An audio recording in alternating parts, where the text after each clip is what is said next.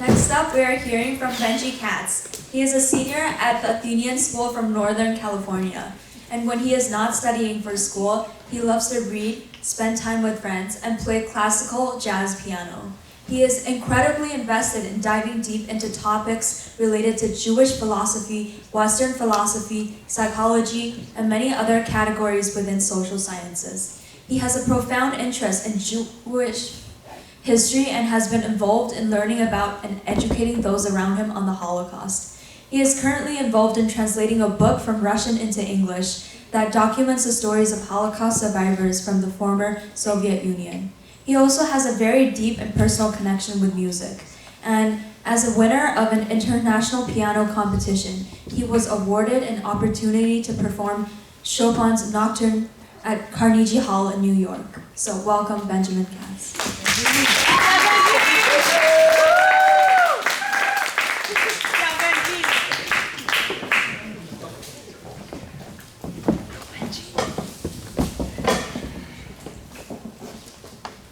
Last Sunday was Rosh Hashanah, the Jewish New Year, celebrated with song and dance, and concluded with the blowing of the shofar, a horn made of a ram. Tradition holds that the sound that God made the Jewish people on Mount Sinai is the same one that we make today. As the shofar echoed in the congregation, I wondered, could this really have been God's sound? The world has changed so much in the last 3,000 years. We no longer ride donkeys, but drive cars. And our view of what's good and true is radically different. In those shofar echoes, I thought of the 19th century German philosopher Friedrich Nietzsche, when he made the bold claim that God was dead. This claim could sound controversial, outrageous, or even outright offensive to some. But nonetheless, it opens the door to discussing key issues like faith, science, and ethics. Join me on this journey as we explore these ideas. We'll discuss questions about the human condition, meaning, and moral foundations. This journey will hopefully challenge us, inspire introspection, and deepen our understanding of human thought and existence. Now, let's travel back in time to the 17th and 18th century, when Enlightenment thinkers believed that they were reshaping the world. They had redefined key concepts like liberty, equality, and individual rights. But Nietzsche saw them mirroring the religious dogma they sought to dismantle. You might think that science and religion are worlds apart, but Nietzsche would disagree. He saw a link in metaphysics, abstract principles that exist beyond the realm of space and time. Science, for Nietzsche, continued the metaphysical ideas. But he didn't stop at just critiquing science. He challenged all of Western metaphysics. Why? Because Nietzsche was waging a war on nihilism, the belief that life lacks all meaning. He feared that science, detached from ethics and metaphysics, would actually deepen and worsen nihilism. Now, let's discuss the origin of Nietzsche's probably most famous expression that God was dead. Here's the story, as Nietzsche tells it. Picture a madman in a market square, holding a lantern, shouting, "I seek God!" People laugh at him. People mock him. But he's quite serious. He says, "We've killed God, you and I. Can't you smell the divine decomposition? Gods too decompose. God is dead, and we have done it."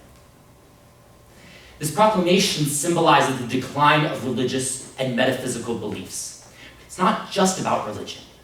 It's about the moral and metaphysical certainties that once guided us.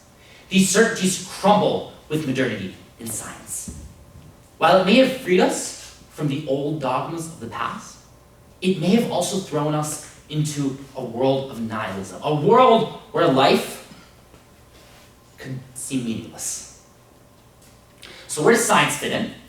Well, before the Enlightenment, people related to the world through religious beliefs. The Enlightenment forced us to relate to the world through reason and science. But Nietzsche sees science as the unintended heir of the religious metaphysical tradition. He believed that science, attempting to replace moral and metaphysical guidance, would actually spread nihilism. As Nietzsche reflected on society's shift from religious rule to enlightenment, he pondered whether we truly improved our world. Did we become enlightened beings, shedding the ethics of our forebears? It's worth considering the enlightening innovations of science and philosophy. But did we genuinely establish a better world order? The 20th century provides some insight into this question. Totalitarian ideologies like communism and fascism began to emerge and spread. They aimed to replace the traditional moral systems with their new, rigid visions. They used science to legitimize their new morals. The Nazis, for example, embraced a pseudoscience like racial eugenics to support their ideology, distorting the basic moral principles.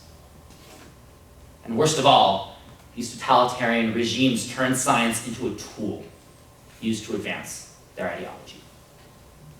In the wake of Nietzsche's God is dead declaration, totalitarian ideologies positioned their leaders as messianic figures, transcending traditional ethical principles to pursue their new utopian visions. They detached from old ethics, justifying morally reprehensible actions to serve their ideologies. Now let's look at some examples. Religious leader John Calvin in 1536 said, quote, "We owe kings the same faith and obedience that we owe to God." In the 20th century, Lenin, the leader of the Bolsheviks in the revolution in Russia, said, quote, "The party is always right." Seems to be a common theme here. They both claim an absolute truth. Why? Simple. Power. Nietzsche's philosophy shines a spotlight on these totalitarian ideology and warns us of what happens when those in power declare absolute knowledge of that which is true and good. So maybe, when Nietzsche said that God was dead, what he really meant was that truth was dead. And for him, truth was some form of the universal moral truth. For centuries, humans have tried to understand where true morality comes from. Is it from God? Is it from science? Is it from the supreme leader?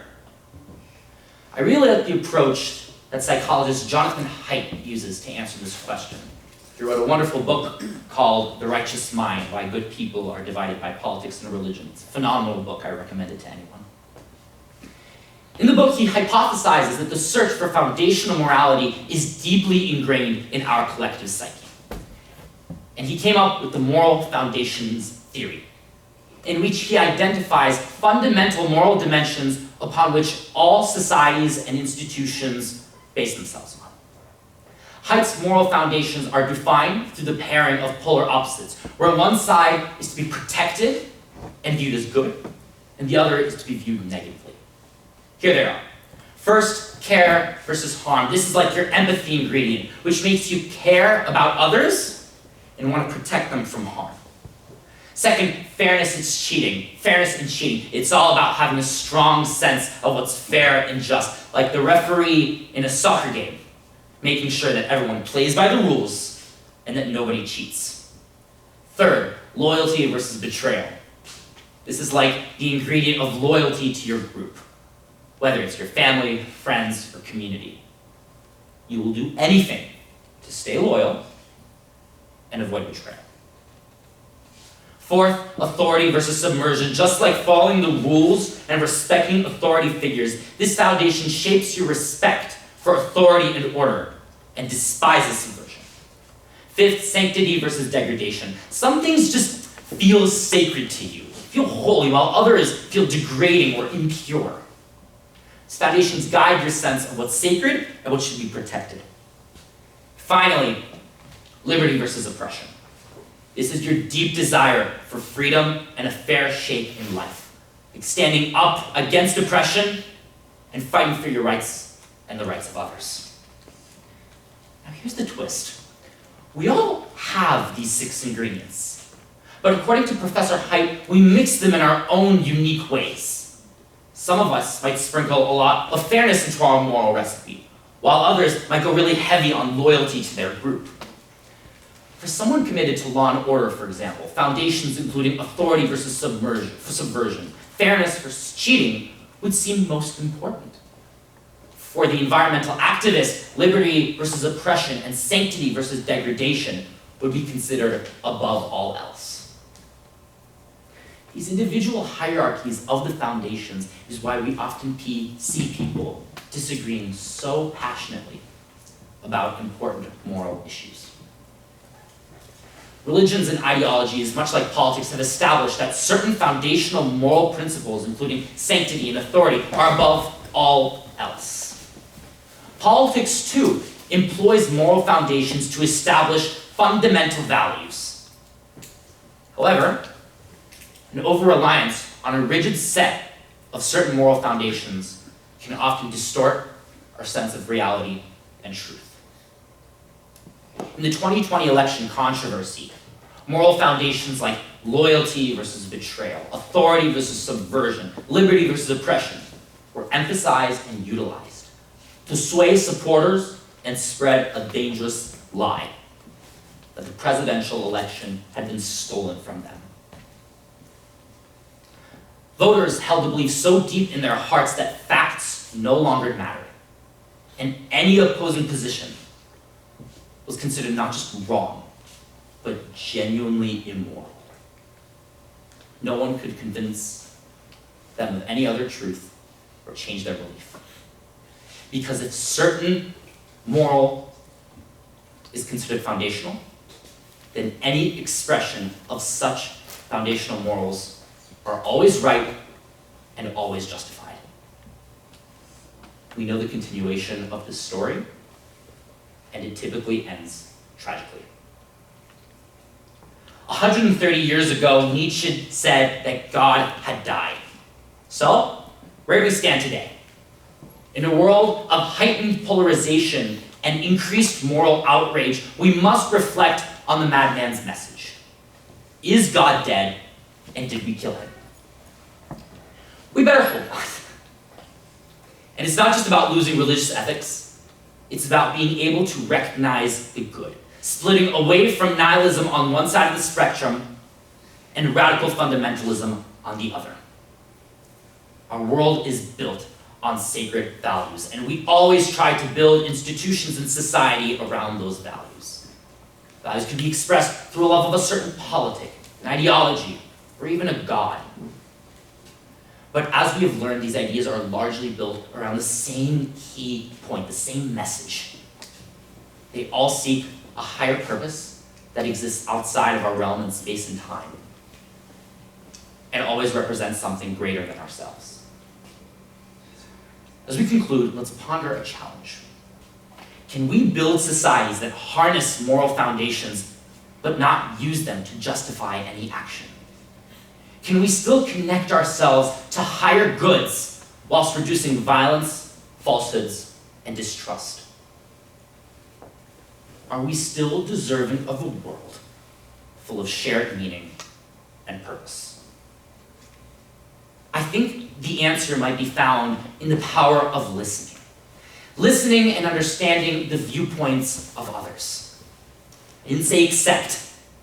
I just said listen. Everyone relates to different moral foundations in different ways, and the way people have reached conclusions about their moral foundations are different from everyone else's. I leave you with a quote from Nietzsche's book, The Genealogy of Morality, which leaves us with some hope that truth might not have completely died. And today, this message might be more important than ever. He writes, "The more eyes, different eyes, we know how to bring to bear on one and the same matter, that much more complete will our concept of this matter, our objectivity, be." Thank you.